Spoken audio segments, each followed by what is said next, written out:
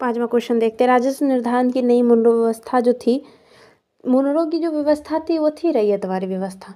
रैयत यानी किसान, जो सीधे सीधे किसानों से जो वसूली की जाती थी टैक्स की, उसे रैयतवारी व्यवस्था कह रहे थे। ये दक्षिण भारत में इसको शुरू किया गया था।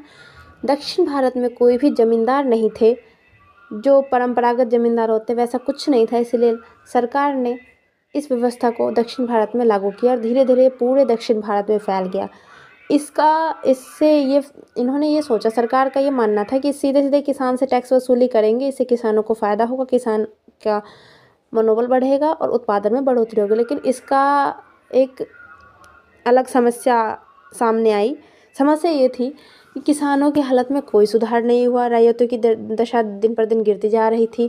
जो किसान कर्जा लेता था, फिर वो खेती करता था और फिर उसके बाद पैदावार को बेचकर जो कर्जा चुकाने का जो चक्र था, उस चक्र में किसान फंसता गया। किसानों को समझ में आने लगा कि ये बहुत ही बेकार व्यवस्था है।